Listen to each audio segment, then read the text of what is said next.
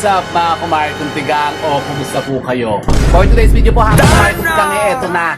Share na po natin yung pong ritualan na gagawin po natin ngayong pong mismong araw po ng Hungry Ghost Day. At malapit na po yan. Next week na po yan. At yan po yung mangyayari nga po ngayong pong August 27. Ito po yung sinasabi na dapat po nating ginagawa ha mga kumare kuntigang kapag ka Hungry Ghost Day. O ngayon po, Hungry Ghost Month, hama kumare kuntigang, dapat ginagawa nyo na po ito. Pero ako po, hama kumare kuntigang, ganito po ang ginagawa ko. Kapag kaunang araw po ng Hungry Ghost Month, ginagawa ko na po ito, hama kumare kuntigang, ang pagsisindi po ng insenso. At susunod na araw po, ay sa mismong araw na po ng Hungry Ghost Day sa August 27. Tapos, sa September 11, sa last day po, gagawin po ulit natin ito. So ganito, tuturuan ko kayo ngayon kung paano ang tamang pag-burn po ng mga incense sticks o insenso ngayon pong Hungry Ghost Day. Yan. So, tulad po nito, tayo gagamit po dito itong ating, ano bang gusto yung kulay? Gold or yung red? Yung ating jasmine o yung ating ano? Kasi marami po ako dito, iba-ibang klase po ng mga, yan o. Meron ako ditong gold, meron ako dito yung jasmine. Yan, ito. Kunin natin to. Yan, pwede kayong gumamit ha, kumare kuntigang kahit ano pong klase po ng mga incense sticks. Pero ang gagamitin natin to, ito po yung ganito po yung traditional talaga na ginagamit po kapag tayo po yun nga, nag-aalay po sa mga santo, sa mga Buddha, sa mga patay. Ito po, ganito po yun. Ito po, pwede po natin gamitin to incense sticks po, yung pong sandalwoods incense na meron pong jasmine na flavor. Jasmine na flavor. Di flavor. Scent, di flavor. Ako, ang lakas naman ng araw dito, direct. Ako yung nasisilaw din sa araw so ito po yun, hama kumare kuntigang. Ito lang po mga ganito klase po ng insenso. Marami na po kayo ma-orderan po ito. Sa online po, meron po mga available po ito.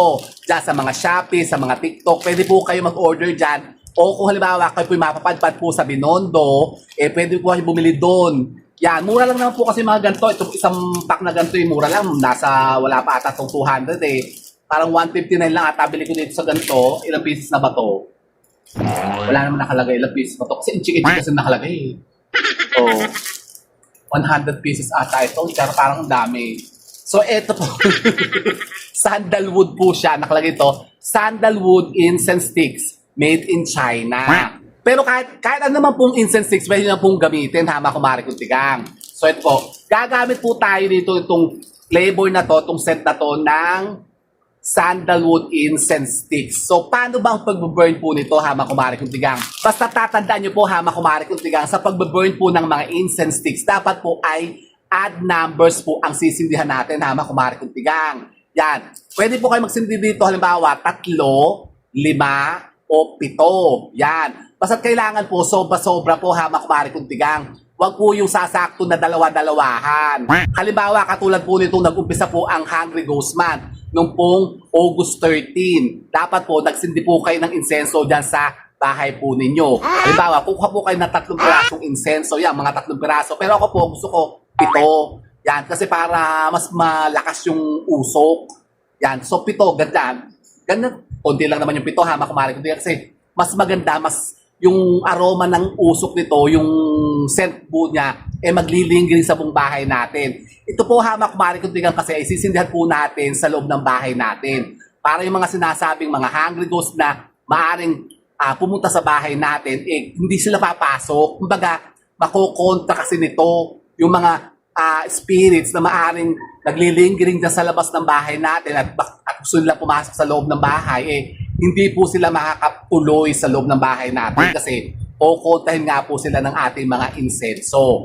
So ganito po, kapag ito po ay susindihan po natin, sisindihan po natin to sa may main door po natin, papasok.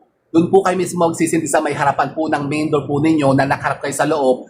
Tapos, ito po ay iikot po muna natin sa buong bahay natin. Yan.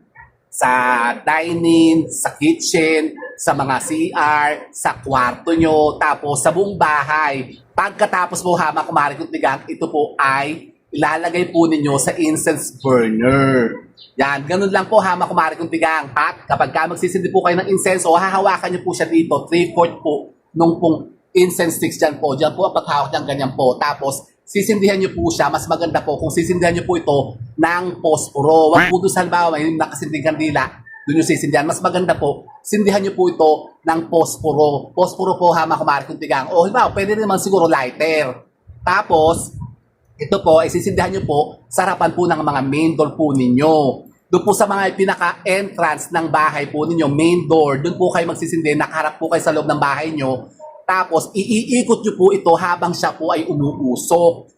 Yan. Tapos, meron po tayong chant na babanggitin o ibubulong habang ito po ay inikot natin sa loob ng bahay natin. Yan, bawa sa salas, tapos sa dining, sa kitchen, sa mga CR, tapos sa buong kwarto, sa lahat ng kwarto sa buong bahay. Pagkatapos, pag naikot na po natin sa buong bahay, ito po ay ilalagay natin o itutusok po natin sa incense burner at hahayaan lamang po natin sa may main door natin, sa harapan po ng main door natin. Para yung mga sinasabing mga negative energies na yan o yung mga entities na nasa labas ng ating mga tahanan na baka pumasok sa loob ng bahay natin at mag-create ng mga sinasabing mga negative energy at magbibigay sa atin ng mga kamalasan, makokontra natin.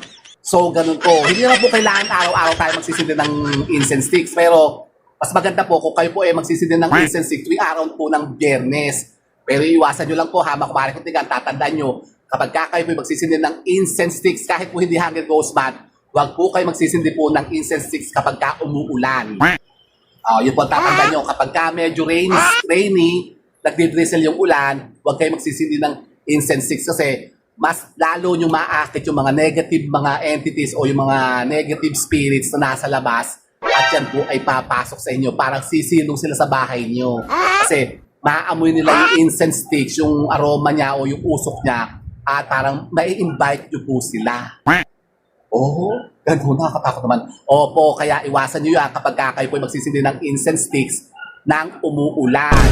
So ganun po hama kumari kung tigang. Kaya kung ginawa nyo po ito nung pong nag-start po ang Hungry Ghost Month noong August 13, maganda po yung kasi ibig sabihin, protected na po yung bahay po ninyo dahil sa mga negative entities na yan o yung mga spirits na maaari nga po pumasok sa loob ng bahay natin, makokontra na natin sila, hindi na sila papasok sa bahay natin. Tapos ngayon po, sa mismong araw po ng Hungry Ghost Day, yan, sa mismong araw po kasi sa August 27 po mangyayari yun. Yung po yung pinaka-araw na bubuksan talaga yung pong gate ng impyerno tapos sila po makakalabas na talaga sila. Tapos ilang araw yun. August 27 hanggang September 11, matagal-tagal din. Naglilimayin sila dito sa lupa. Aba ha, gala sila ng gala. Baka kayo.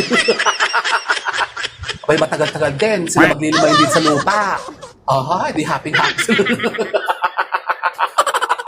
Hindi nakakatakot Baka kayo po mapuntahan dyan sa bahay po nyo. Kaya, sa mismo pong araw po ng Hungry Ghost Day, kayo po magsisindi ulit po ng mga insenso. Yan, 7 piraso ulit hama kumari kung tigang. Sindihan nyo po ito sa harapan po ng mapintuan po ninyo. Tapos, iikot nyo po sa buong bahay po ninyo. At ito po, ilalagay nyo lamang po sa harapan po ng pintuan po ninyo.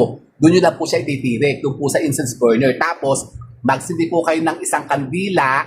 Kandila puti, hama kumari kung tigang. Tapos, pwede din po kayo mag-offer po ng mga pagkain, yung mga offerings natin. At magsindi po kayo, magsilab kayo ng mga Diyos paper. Yan, susunod po natin yan, hama kumari kung tigang, kung paano po ang tamang pagbe-burn po ng mga Diyos paper. Gagawin po natin yung ritual na yan. Actual po natin gagawin yan, hama kumari kung tigang, susunod po natin ang video.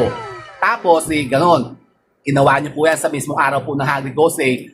Ang last na paggawa naman po nito ay sa ending na po, sa last day po ng Hungry Ghost Month, which is sa September 11. Kumbaga, isisil na po natin yung bahay naman natin para kumbaga baka meron pang mga natitira, yung mga ayaw pang umalis. Siyempre, baka may mag-overstay pa dyan sa bahay nyo. Naiwan pa sila. Pag nagsara ng impyerno, di naiwan sila. Di dyan na sila titira sa bahay nyo. Leche. Sige lang. Abay, lumayas. Hindi pwede yun. So, papalayasin natin sila lahat. Tayo kumbagay mananaid. So magsisindulog po tayo kahit mga 7 piraso ulit na insenso. Isisindihan po natin to sa buong bahay natin. Iikot ulit natin sa buong bahay, lalo-lalo sa mga ilalim. Pausukan nyo yung sa mga ilalim ng mga muebles nyo, sa kwarto nyo, yung mga madidilim na lugar. Baka sila mag-stay pa dyan.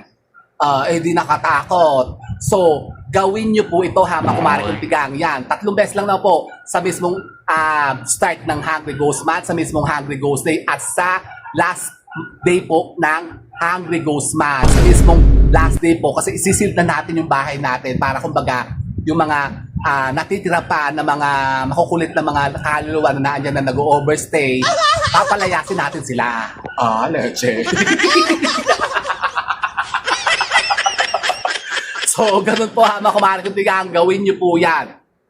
Para kayo po, hindi maabatan ng mga sinasabing mga kaluluwang ligaw na yan, na gutom at baka kayo po ang bigyan nila ng mga sinasabing mga kamalasan at misfortune sa buhay. Kasi marami na po ha, mga kumare kong tigang, ang mga minalas.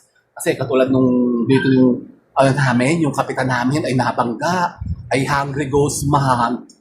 O ayun, patay na tatakbo pa man din yung kapitan ulit sa susunod na eleksyon. Wala na. Tego-earth na siya ha. So, ganun po ha, mga kumare ko tiga. Kaya, ingat po kayo. Ngayong buong Hungry Ghost Month po ha, mga kumare ko tiga. Yung sinabi ko pong, huwag niyo pong gagawin na yung mga dapat nating iwasan na ginagawa sa buong buwan na ito, konting araw lang naman yan. Sandali lang naman po yan ha, mga kumare ko tiga. Gawin na po natin. I-observe na lang natin. Kumbaga, para tayo maging cautious baga sa maaring mga misfortune sa buhay nga o yung mga kamalasan na maaari nga nating maabatan para makonta natin sila. O, di ba ga? Kasi iba na yung may alam. At ready tayo. O, di ba? So yun po ang mga marketing. Sana may napunta ba mga bagong idea at kaalaman sa pagkonta sa mga sinasabing mga kamalasan na yan. And with that, mga marketing, keep safe and God bless. Thank you for watching. And don't forget to subscribe my channel. I know you like it. Bye mga marketing. O, gawin nyo to. O, napaka-effective nito. Tangon ba sa mga negativities na yan. Leche.